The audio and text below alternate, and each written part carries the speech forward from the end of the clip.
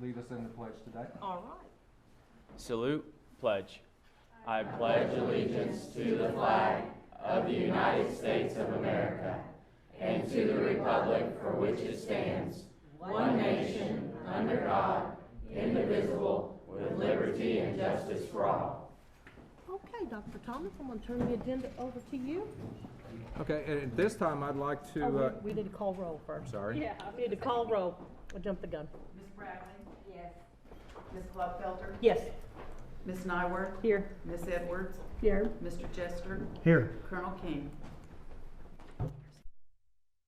At this point, I'd like to turn it over to Lindsay Herbert, that's going to tell us why we have so much blue and gold in the room tonight. Yes. Well, we're excited to be with you. Thank you for the opportunity to share some of our success with you this year. It's been a really outstanding 18 months for these students.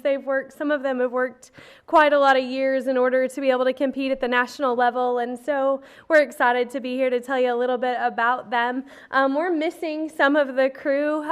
We were fortunate to have students that graduated from high school and went on to OSU to compete on some of our national teams. As FFA members, we can carry them until they're 21 years old. And so it's exciting for us to have that opportunity to take two really great students out of OSU and take them with us. They came out of Lawton and to take them with us. And so the first team we'll talk about tonight is the Comm Team. The only gentleman that we have here with us is Colby, and he is a senior at MacArthur. He was a junior when this team won the state contest. And another teammate of his is from MacArthur, and she is a senior as well, but she is at OSU tonight. Apparently we push OSU where we are. I don't really know. But nevertheless, Elizabeth is attending a leadership lunch or supper with the president tonight. She has been accepted into the Honors College at OSU, and so they invited her to that. So that is where she is tonight. The other two are taking finals today, so they are not with us either, but I'll let Colby tell you a little bit about that team and how they did and his experiences there. So hello, good afternoon. Going into this contest, we knew that we had to win the state competition before we can make it to the next level, which would be nationals.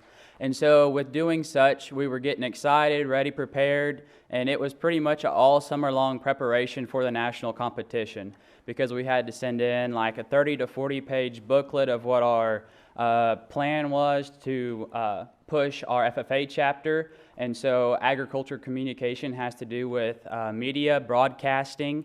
And so our project was the Lawton FFA's Bountiful Baskets project, having to do with our FFA Thanksgiving baskets.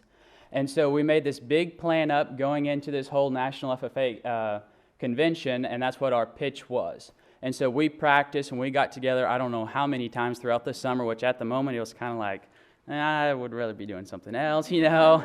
But in the long run, it paid off for us. As an individual, I won the top web designer in the nation, and I was 11th high individual in the contest as a whole.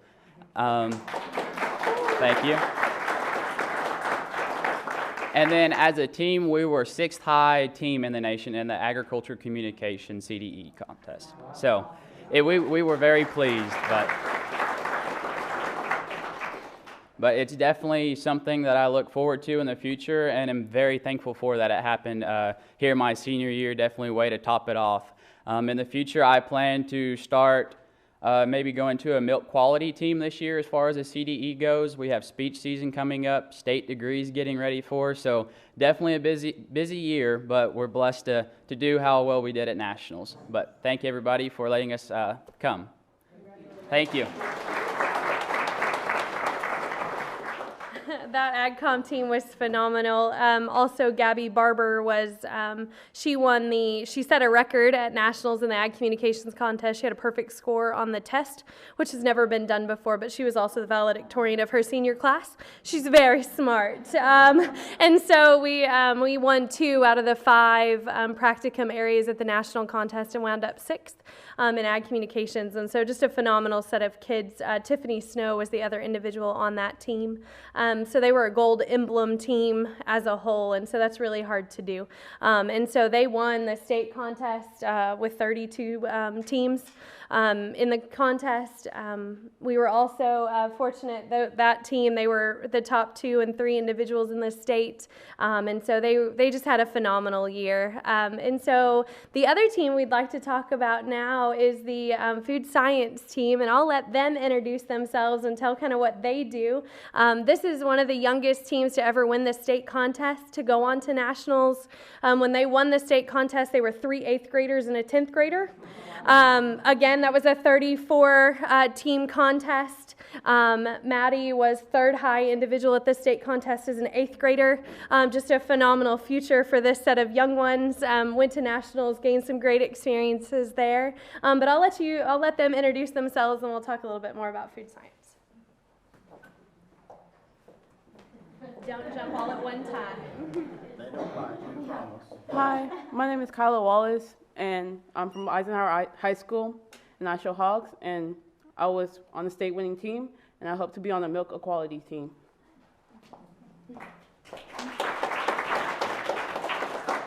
My name is Maddie Moeller. I'm a freshman at Eisenhower. I was on the state winning food science team, and this year I hope to be on the Comm Team.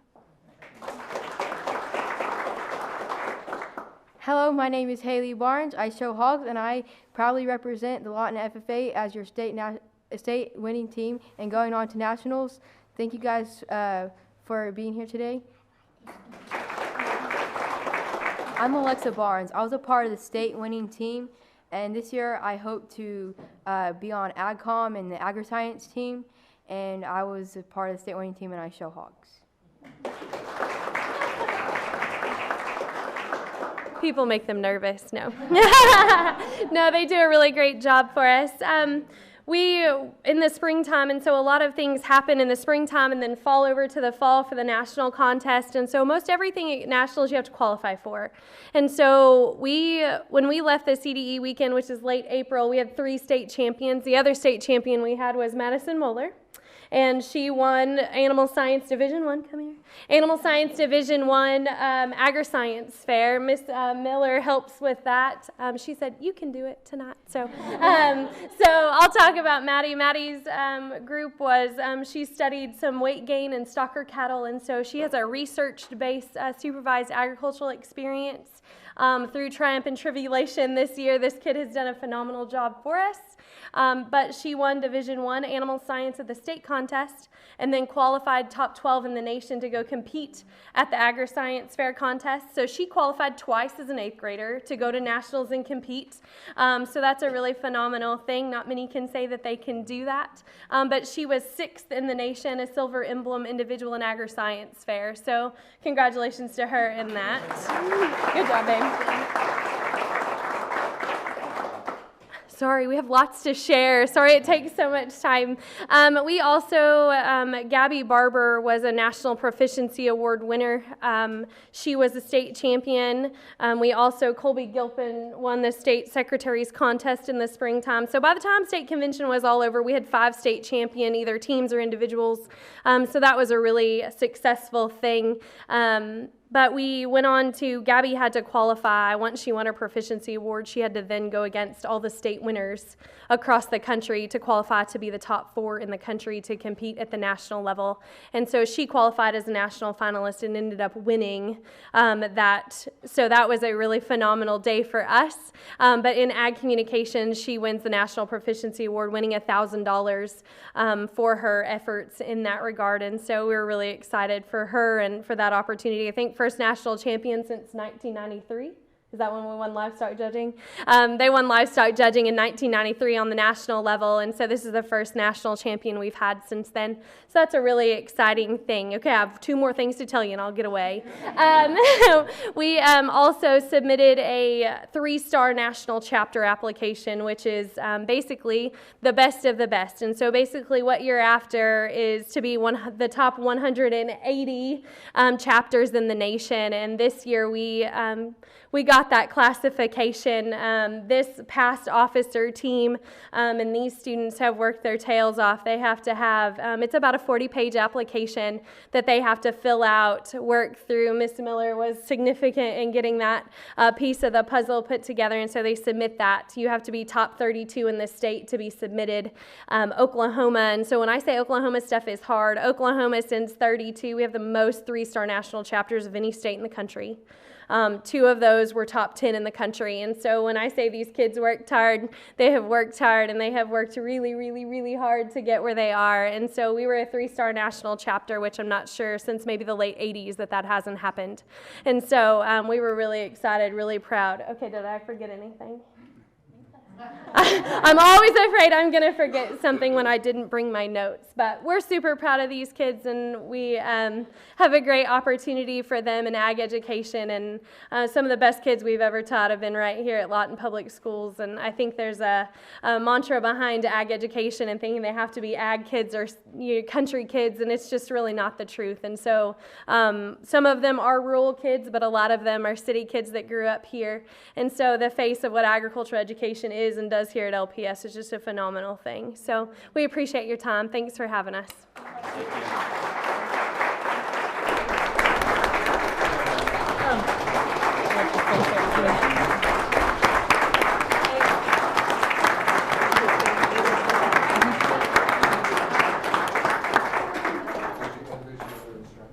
Oh, I'm sorry. Terrible teacher partner, aren't I?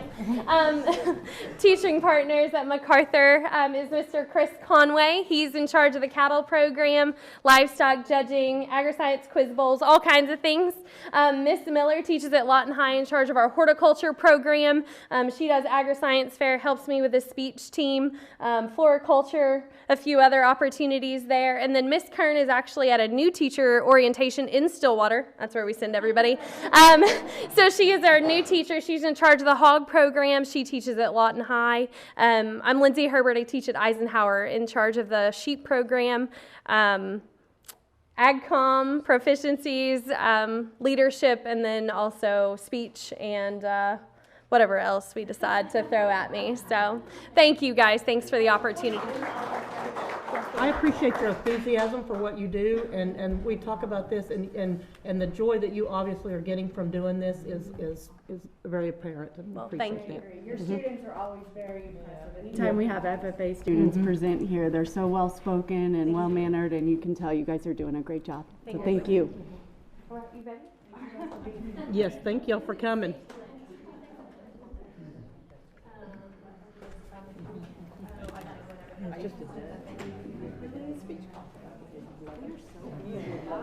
Thank you all. Thank you.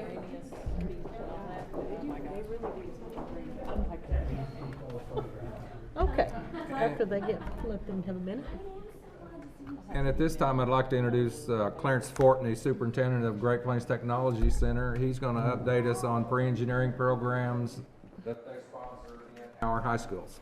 At your desk, you should have copies of our presentation, and to borrow a little Dr. Tomism, use illustrations. And I'll give Dr. Tom credit. When we started this program in 2013-14, Dr. Tom was the superintendent, and Mr. Owens was the principal at MacArthur High School, and he let us talk him into planting this program there as just to get it started. So I want to thank Rick for letting us do that. And since that time, are we short one? Yes, and it's okay. Okay, we've got a couple copies here. We're actually short too, weren't we, Dr. Thomas? Well, I just want to, I'm going to pass them out. actually, I don't know if the superintendent at Great Plains has ever had the opportunity to talk to Lawton Public Schools Board, and I just want to say thank you for this opportunity. And, you know, and I'll tell you, it is truly a partnership. And proud of Lindsay, brag on her just a little bit. She and her husband are in the Sunday school class that my wife and I teach, so I get to see her quite a bit. And just so that to make that connection, vocational agriculture is part of the Oklahoma Career Tech system. So we're all part of this and working together and try to promote and do what's right for our students, our young people. So, talking about, a few years ago with STEM education, we put in pre-engineering. Well, we realized there was an opportunity for us to engage or try to partner with and to increase our enrollment. And so with the start of this program that we've embedded in all three of the high schools, and there's two programs, Introduction to Engineering Design and Principles of Engineering. With those two programs, this year we've got 185 students enrolled, and if you take the total hours of instruction or the clock hours of instruction or contact hours of instruction, it's 33,000 hours that we will actually have. And we can show that having those students and making contact with them in that 9th and 10th grade as an elective, we've got a better chance of connecting with them at our school, and we're very pleased with that. Right now, we've got 44 students that are enrolled in our pre-engineering program at Great Plains that came through the program either as a 9th or 10th grader, and continue to try to work with that. Now, I want to stop and just say, here's how important Lawton Public Schools is to us. 60% of the students that we have at our campus come from Lawton Public Schools. We have 156 students from Lawton High School, 108 students from Eisenhower, and MacArthur has 90 students for a total of 354 students enrolled in our campus. We want to continue this operation, and we think it's successful. We work closely with each of the principals at those three buildings, and what I've instructed our staff to do is they're an integral part of the overall operation of that school. If they can help and support the operation, hall duty, that's part of their responsibility as well, to make sure that safety and well-being of those students are there. Over time, we've spent $212,000 in the our annual budget for maintenance and upkeep of those programs, so we are investing time, effort, and resource and energy into that program. And I told Dr. Baden I'd keep it short and sweet and let you ask me any questions that you might have as we continue to move forward and plan for our next year. Now, here's what I would ask. If you don't want us to do this next year, tell me now, because we're going to do something different. But we think it's a great opportunity for us to partner, and love the opportunity to be in your backyard and support your students as well. I'm wholeheartedly for this program. Yeah, I don't think anybody would have anything negative to say. And you know, you're always welcome to come talk to us anytime you have something to tell us. Well, if the board ever had a question or needed information and they need me to address it, you know, Dr. Tom could answer most of this, but probably so. But he has been gone for 3 years, so we made a couple of changes, 3.5 years. So, but thank you again for this opportunity, and probably won't make it this long in the future. So anytime, if there's ever anything we can do, Great Plains can do to support Lawton Public Schools, let us know. Yes, sir. What's the plans for future growth in this program? Well, you know, and the one thing that's on the horizon is, and I'm not representing Cameron University, but they're looking at taking their 2-year engineering program to a 4-year. I think that will help spur our program, particularly if we can keep our young people local and continue that education, and then hopefully employ them afterward. We want to work with Cameron in that regard, and I think, you know, President MacArthur, Dr. Thomas, and then the person that you name as a replacement for the upcoming, or as the new superintendent, you know, we want to continue to work with them, but continue to put those resources, efforts, and energy into this program because it is viable. It is important that we continue to do that. The information out to the students. How do the students find out about it? Well, there are career specialists at each of the 3 high schools, and we work with them in that regard. And then we do have recruiting teams that go out. In fact, you know, for us, as soon as we seat our students in the fall, we're actually preparing right now to go out and do our recruitment for next year. So as soon as we get back from the break, we'll actually have 3 days where about 1,500 students will rotate through our school and have an opportunity to engage and see what programs we have to offer. So we're constantly on the mode of recruiting. Parents, hopefully people who are watching this tonight will be able to see that we have this program, and it does count as an elective. And one of the things Mr. Owen and I talked about it, and I really hadn't thought about it, this does provide some flexibility with each of those schools as an elective, and those are pretty hard in some cases to come by. So, and if we can just pique a little interest in a student to see that they might want to pursue this particular field. It's a perfect opportunity for them to spend a little time with our teachers. And one of two things is going to happen. They're either going to know that's what they want to do when they grow up, or that's not what they're going to want to do when they grow up. So, Is the engineering program for gifted, talented only, or any kiddo? it's open. It's open. Yeah, to any. And the question was asked, you know, actually, Tony Hasenbeck asked the question as was visiting with her last week, and she said, you know, make me one promise. Don't ever make it so selective that only the best and brightest, because, you know, I think there's an opportunity for us to engage or to challenge students who probably haven't been challenged before. So this is the perfect opportunity for us to give them a little bit different opportunity and see. You know, a lot of times our kids don't even know what they don't know. They, you know, have not been exposed to it. So this is another opportunity to expose. And we're very pleased and proud that we have this opportunity to support Lawton Public Schools. Public schools was very blessed to have a technology center in our own town. You know, it's just such a blessing. It has been. I graduated way back when, and it was VOTEC back then. But I mean, it's always been so viable. It's just grown and grown, and so much appreciated. It's an incredible place, a great facility, and we definitely appreciate the partnership and love having you here. I had an opportunity to be with the teachers that teach in the high schools back in October or November at the tech center, and I was really impressed. I mean, we are lucky to have them in our school. Well, if I can just brag just a little bit, there's 29 tech centers across the state, and we really all, you know, we have to have this partnership. And 58 campuses and about 72 of the 77 counties are touched by a tech center. So, you know, if there's something we're not doing, you know, give me a call, let me know. Kent and I have worked together for years. When I was teaching welding, my students go to work for Kent. And do you still have any that are working for you that graduate out of the program? Okay, well, good. Well, again, thank you very much for this opportunity. Thank you.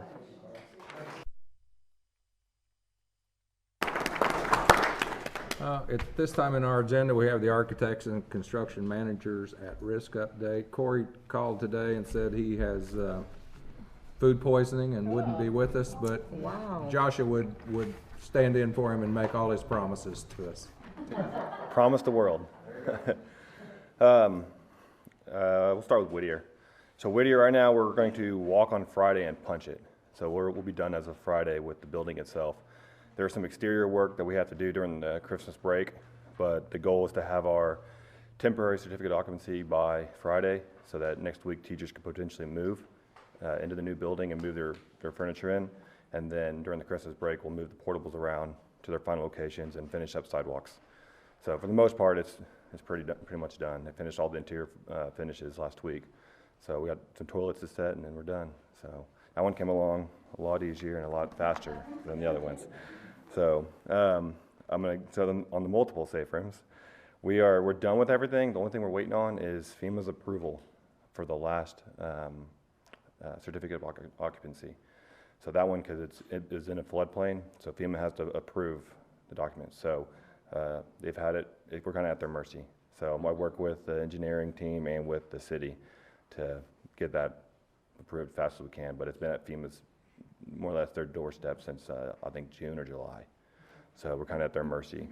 I called this morning, verified we're still waiting on them to finalize it. So. What will that delay? Will it delay them being able to get in there in an emergency? Nope, they can still do everything just like normal. It's more or less a formality with the city.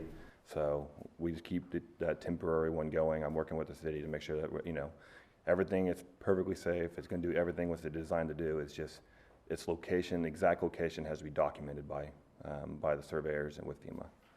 So, a real minor thing, but it's just one of the things we have to check the box. So, on the middle school, we're sitting about 61% complete.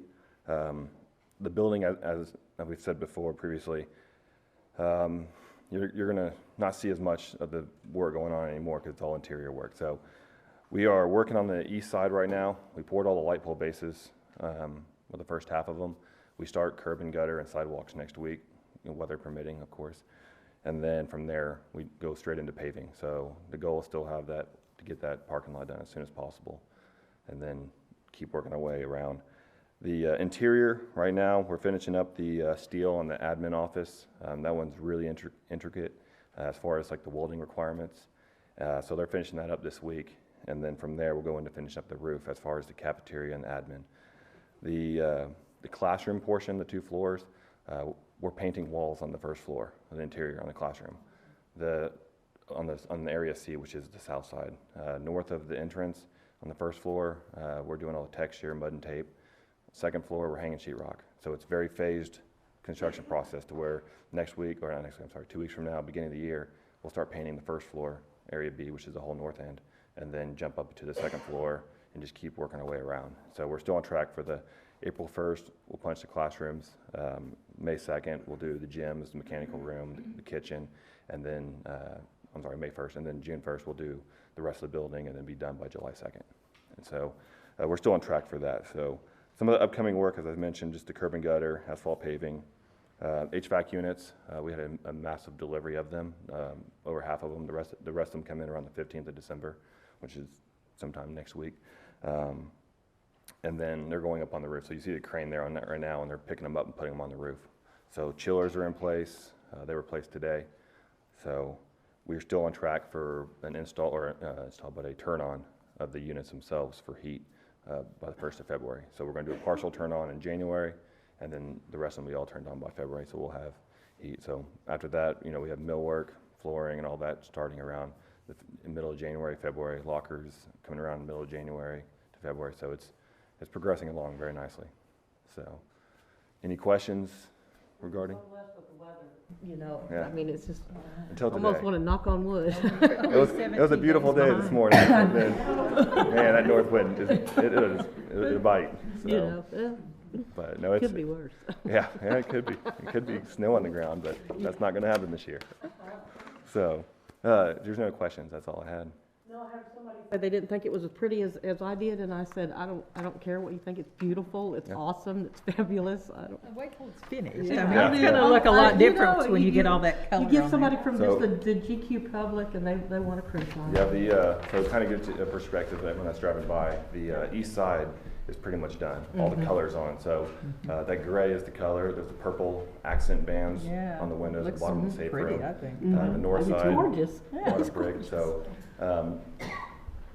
as we progress around the other side, there's more ephes on the west side. There was more colors in it as well.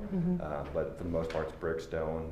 White stone with the red brick, and then just the purple, white, and gray ephes. So I mean, it's fabulous. We're not waiting. So, all right, no problem. Thank you. Thank you, John.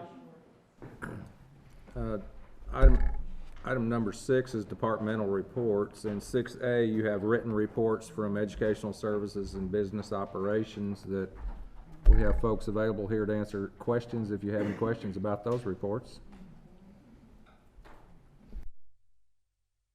Informational item on our DODEA grants, a finding from 2018 that Mr. Gibbs is going to address for you. Good evening, Lance Gibbs. I'm the interim comptroller for Lawton Public Schools. Appreciate the opportunity to be here tonight. On pages 1, 2, and 3 of your board agenda this evening, you see first a letter from DODEA. DODEA is the Department of Defense Education Authority. And I'm sure you know we have 3 different grants, 1 middle school, 1 elementary, and 1 high school grant. Each of those grants were identified in the FY18 audit that was delivered to the Board of Education in May of 2019 to be out of compliance, and that is what the letter is addressing.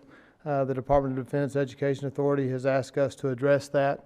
The compliance issue is that we did not have proper time and effort documentation for our managers, our district level managers of the grants. What I can tell you is that Diana Landahl has come into that office. Diana Landahl has worked and has been to a training with DODEA in Houston and has put together the reporting and made sure that we're in compliance. So everything moving forward is accurate and correct. Saw one of the documents that she has.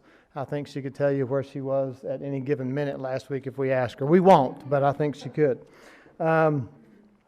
What you find or see in page 3 of the document, we addressed DODEA in a letter. It addresses the finding from the audit, and then it addresses the 3 amounts that were spent on those areas with a total. And we have requisitions on page 15 to pay that back. So what we're basically saying is that we did not comply. We are going to pay that grant back, and that we're in compliance currently and moving forward.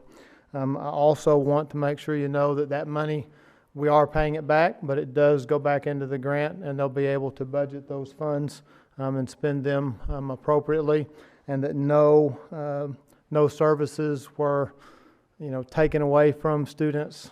Students still receive their services as intended. Any questions? Okay. Appreciate both of you and all the hard work. 6A, or 6C, I'm sorry, is another informational item on state report cards, and Karen Cooksey will provide you a briefing on those. Good evening, board members. Thank you for the opportunity to share with you about our recently released state report card results. I am up here on behalf of our entire Ed Services team, and will do my best to share briefly a really complex, we could probably spend a day on this system, but I will not do that, I promise. So I know you have received a lot of handouts, so if we're going to start with the packet that was in your handout and you received electronically that Mr. Owens did a fabulous job compiling. The title is Overview of What is Measured. So we will go through that briefly. Behind that, and also sent electronically, you did receive a breakdown by school. And so that was a page for elementary, middle, and high school, a lot more detailed. It compares to last year. It has some highlighted areas in green for improvement. We will not have time to do that this evening, but anyone from our team would be happy to answer any questions from that. When you came in tonight, I know you received a lot of other things, but you also have a graph that we will conclude with that has an article on the back, and then some, just for your information, about some Comanche County school results for your comparison. So all that's a lot of information, but I appreciate your patience with that. Again, for time's sake, we're going to look pretty much from an overview of our district, and that first packet just gives you a kind of a reminder of what those indicators are for our report card. So it's broken down into what we're looking at as a state for middle and elementary schools, because it is a little bit different for high schools. So if you'll notice, on all of the levels, academic achievement is the most highly weighted. It constitutes the most amount of points, and that is assessed through all levels. Growth is only in our elementary and our middle schools, because you have to have subsequent years of data. English language proficiency, again, is in all areas, and then chronic absenteeism. Additionally, high school does have the graduation rate and post-secondary opportunities. So those are all of the things that when you look at the big sheet of everybody, that is what they are looking and tracking. Below that, you'll see subgroups with indicators. So if you remember, we shared with you in the past that previously in the old accountability system, students that fit in the subgroups were counted multiple times. And so this shows the transition or shift in this new accountability system, which shows that students are pulled for subgroups in that order. So how it is listed on your form is how they pull students. So in this system, you don't have situations where maybe one student counts multiple times and there's that discrepancy. So that's a big change that we appreciate the new accountability system acknowledging. Below that, you'll see comprehensive support and targeted support. We haven't received any of these designations for this new data. That usually comes after all of this is finalized. Comprehensive support is that federal mandate that our bottom 5% of performing schools in our state have certain regulations, money that has to be support that has to be given to meet the needs of those schools. So that's what comprehensive support is. Targeted support really tracks those consistently underperforming subgroups. So that just lets us be aware if over time we have subgroups that are struggling in any of these areas, that's where you'll see designations with targeted support, okay? All right, next page. Again, at the beginning, Mr. Owens talked about rather than going through an individual, we're just kind of looking at a breakdown of how that compares to how we are comparing to the state. Academic achievement, if you'll look, it is broken down between elementary and middle and high, and just be aware that that percentage, so for example, under academic achievement, for district elementary, where it has the 57.68%, that is of the points possible in academic achievement. So that's saying that for elementary as a district, we were able to gain that many, whereas that's 35 total points in that category. So you'll see that kind of as an explanation for academic achievement. Below that, where it says composite, again, that's a comparison where you'll see the district is higher than the state average for as far as how many points.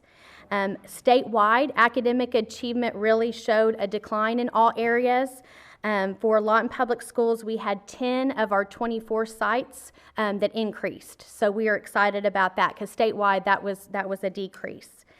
I am, as a teacher, previous teacher, most excited about the academic growth because you can see Lawton Public Schools was significantly above the state for academic growth. 17 of our 21 sites that all increased from academic growth. Again, that's just in elementary and middle. It's not tracked in high school. So statewide, math growth increased, but ELA decreased. So we are excited that so many of our sites showed some great growth there. If you'll keep going, academic progress is not an indicator. This is just a way for our state to track that goal with ESSA for this to have increased proficiency by 2030. And so if you'll look, we're above the state in that, so we're excited about the growth there. ELPA is another big strength. That's a pretty big difference. If you look at the district percentage of 42.8% compared to the state of 29.2%. So we thank Tanya Bond and her team really working, and we have some wonderful EL teachers in our district working really hard. 8 of our 24 sites had growth there. So again, just tracking students and how they're able to exit. The next two on the bottom of this page are areas that we were pretty close to the state but below. So again, we don't want to ever be below anything. So we're looking at chronic absenteeism. Only 8 of our 24 sites had growth in that category, even though all of our sites have plans in place and are working on that. So again, that was pretty close to the state but below.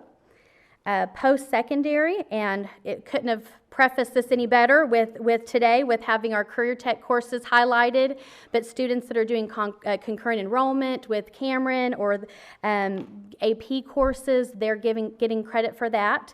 It's just important to remember that students can take advantage of multiple of those opportunities, but it's just 1 point if they are given one.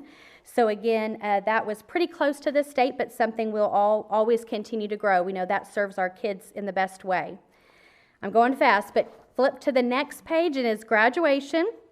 And again, our state recognizes that some students will take more than 4 years to graduate, so that's where you have the tracking of the cohort data. That's the 4, the 5, the 6.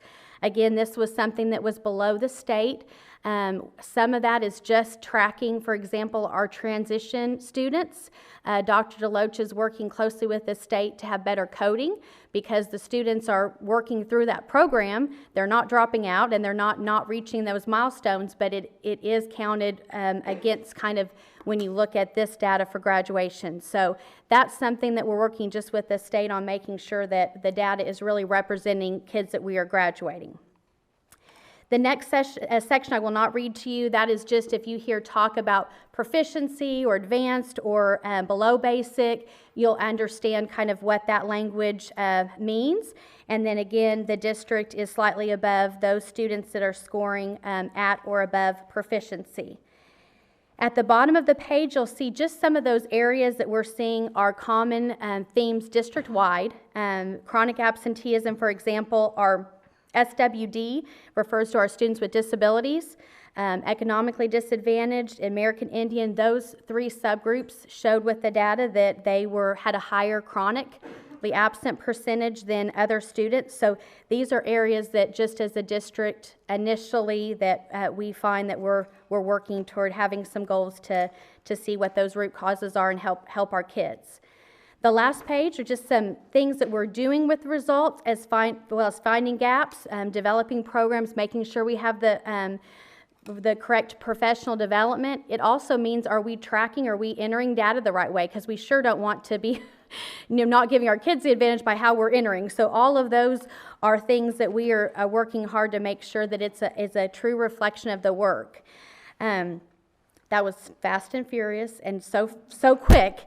But before I conclude, I just want to make sure, because I think as we communicate with our community, that we just really understand the huge shift of this report card. Because I don't know about you, but at my house growing up, a C was not okay. With my two boys, we're not going to celebrate C's and D's at the Cooksey house, but we have to understand that this is a complete shift and that our state has adopted that bell curve model. So when they set this, their goal is to have no more than 5% achieving A's and no more than 5% scoring F's statewide. Part of that is because of those ESSA requirements to make sure that they have the right funding in place. And if you have 50% of your state scoring an F, you don't have money to go around to meet those federal guidelines. How all of that happened was when we had the data in 2018, if a school, all the schools in Oklahoma that were scoring in the 98th percentile or higher received maximum points in that category. So for example, if it's chronic absenteeism, they'd get those 10 points. Schools that were in the 2nd percentile or below had the minimum, so that would be 0. And then from there, the scores were proportionally set on a basis to ensure that it was a bell curve model. So that's why I love the other page that Dr. Tom had shared with us with the bell curve, because I think that was just a simple way to look. And if you look at the state, that's the blue bar, they are getting pretty close to that bell curve. And they have been very honest with us that if it's not, they'll recalibrate. so if a bunch of get A's that before and it sways that, then they'll recalibrate that. But if you look, they're a little bit higher on the F with over 7% and a little bit under on the A statewide. But if you look at Lawton in the red, that's the part that's exciting, because we aren't the bell curve. We don't have any A schools, but we don't have any Fs. And we are significantly higher as far as statewide how many of our schools are achieving a B. We're higher for C, and we're significantly lower for D. So that's a really big celebration. Yes, the state is getting the bell curve, and Lawton as a district should be a bell curve if it based, but there's a lot that is being outperformed. A great example of that is of the 95 elementary sites in the state, only 95 elementary schools in the state increased a whole letter grade from last year. We had 4 out of our 17. Middle school, out of 95 that it increased, we had all but 1, and all of them increased points. And our middle schools all grew. Our high schools all had areas that we grew. So there's a lot to celebrate, and it is a complicated system, but we feel like it should be, because it is talking about our kiddos. So again, I apologize for being fast and furious. I think that article on the back of the graph has some great information just about what was happening statewide and how we can compare that to what's going on in Lawton. But I truly believe that we have a lot to celebrate, and I'd be glad to answer any questions that I can. Mr. Owen said I had to do this in 10 minutes, and first time I tried it was like 30, so I talked really fast, so I apologize. Yes? Karen, I thought we had an A school. We did last year. We don't this year? We do not. Okay, because the latest data I had, maybe I misread it. So if you look, now what you're probably thinking, Ms. Bradley, is we did include last year's on this. Right. So the top row, that is sorted by highest performing as far as total points. So for example, the highest in elementary that was the only A school we had last year was Crosby Park. And it still achieved the highest number of points, but that constitutes a B this year. Okay. Yeah. Thank you. And just know that that's a great point, because sometimes we could be talking about 1 or 2 kids the difference in a letter grade. So we really just try to look at the growth. Thank you. Cooksey, Yes. what do you attribute the growth to that we've had? You know, I attribute personally, by being out in the schools, is that I think we just have a method of serving all kids and meeting. I think we've shifted a long time ago. For example, our Title I pushing in and supporting and growing. I think that we're a pretty transient community, so teachers know when we come in we don't have any time to waste, and they work at really growing kids. I think all of our schools have worked really hard to try to be consistent just because we are so transient. So we have new curriculum resources that we're committed to using. We have collaboration that we're doing. So there's a lot more unity as far as when kids, there's a lot of research that when kids move schools, they lose time, but if they're on a completely different area of curriculum, that really impacts them. So I think that work of making sure that we're pacing together, have common resources, using common language, I think that's why our kids are able to grow, even though, you know, for example, we had an elementary school that had an F in chronic absenteeism. They had the highest points of any school in our district with academic growth. So that's saying that when those kids are there, we're making, you know, that time valuable. So I think it all goes back to what's happening in our classrooms, and there's a lot of great teaching, and I think parents are becoming more educated as far as attendance, and so it takes everybody. And our team would be able to answer more, but that's in my opinion. So. All I want to say is I thank all of y'all for all the hard work y'all are putting in, and the just the documentation and stuff that y'all bring to us each board meeting is fantastic, and we can't thank y'all enough. Well, I will say you're welcome on behalf of our team, because that's definitely, all of us have a piece of that. So, yes, okay. Thank you so much. Yes, you're welcome. I appreciate it. Thank you. Thank you. Item number 7 is a report of the superintendent, and I think this is my 5th month here, and I finally got it figured out because I have no agenda items, only announcements. And I would like to start with the good news. LPS held a district-wide art show at the Lawton Fort Sill Arts Council building at 17th and Ferris. Students from all 3 high schools, 4 middle schools, and Ridgecrest submitted their best visual arts. Thanks to Tomlinson Middle School art teacher Teresa Reimer for putting the show together.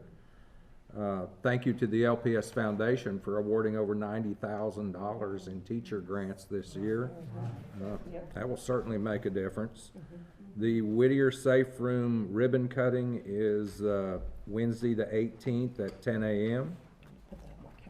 And we'd like to wish everyone a Merry Christmas, and to not forget we changed the calendar so that only very few people will be here on the 3rd. Most of us will return on the 6th. So if you come on that Friday, you'll be by yourself. What time's the ribbon cutting? 10 a.m. Okay, 10 a.m. Let me get that when I come back out. And with that, item 8 would be the consent agenda. All I want to say is that as board members, we were so excited about the art show. We had another agenda that we had to work on that night, but we want to be there for the 2nd annual, so definitely. Thank y'all. All right, consent agenda.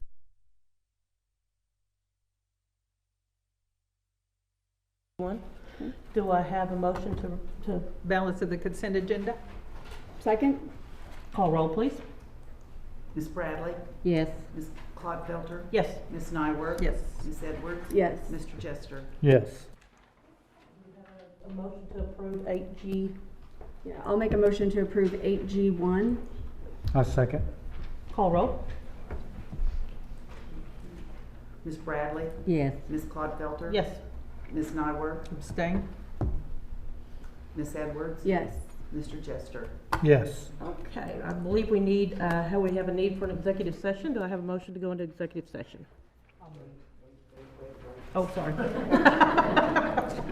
I try to be efficient. Yeah.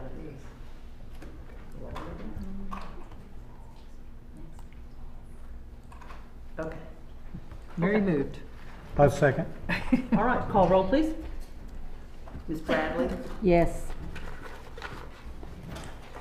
Ms. Clodfelter? Yes. Ms. Nyworth? Yes. Ms. Edwards? Yes. Mr. Jester? Yes.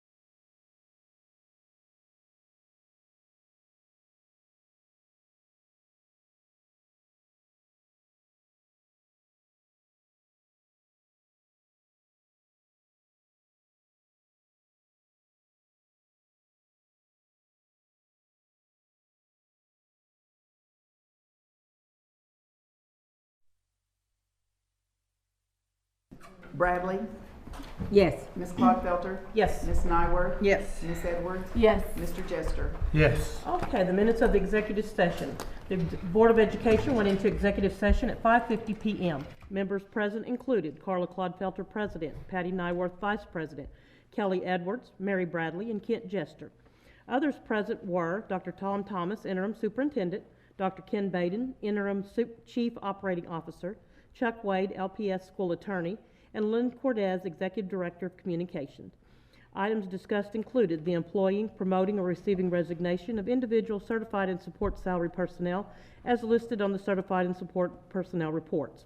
The terms of the contract concerning a specific individual to serve as superintendent of schools. During the executive session, the board discussed these items and no other items, and no action was taken. The board returned to open session at 6:05 PM, and this constitutes the minutes of the executive session. Okay, let's see where we're at here. All right, so we have, are you ready? 13A, approval of certified and support personnel reports. Move for approval. Call roll, please. Ms. Bradley? Yes. Ms. Clodfelter? Yes. Ms. Nyworth? Yes. Ms. Edwards? Yes. Mr. Jester? Yes. And 13B, consideration and action regarding employment of individual to serve as superintendent.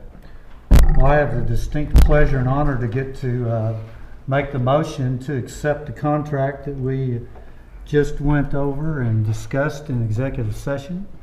And so I'm now going to make the motion that we accept the contract and hires our next superintendent, Mr. Kevin W. Heim. Aye. Second. Call roll. Ms. Bradley? I'm elated to vote yes. Ms. Clodfelter? Yes. Ms. Nyworth? Yes. Ms. Edwards? Yes. Mr. Jester? Definitely yes. Okay. The next item is we do need to consider an addendum that I've presented to you, which would simply, the formal contract starts July 1st. This addendum merely covers the time period from now to July 1st to allow him to come in here and periodically work with Dr. Thomas and get acquainted with the district and be prepared to hit the ground running even before July. I move we accept the addendum. Second. Call roll, please. Ms. Bradley? Yes. Ms. Clodfelter? Enthusiastically, yes. Ms. Nyworth? Yes. Ms. Edwards? Yes. Mr. Jester? Yes. I just want to make a statement on behalf of the Board of Education. You guys can tell we're so excited up here right now. We just want to thank everybody in the district and throughout the community that provided input for our superintendent search, both through the climate survey last year at LPS as well as the different community forums that we have. We took all of that feedback to heart, and we just want all of you to know that we went into this process only being willing to hire somebody when we found the right person. We agreed early on we were not going to settle. We knew exactly what we were looking for, and we unanimously felt the same way about Mr. Heim from the start. We are so excited to bring him to Lawton. He is going to serve our district very, very well.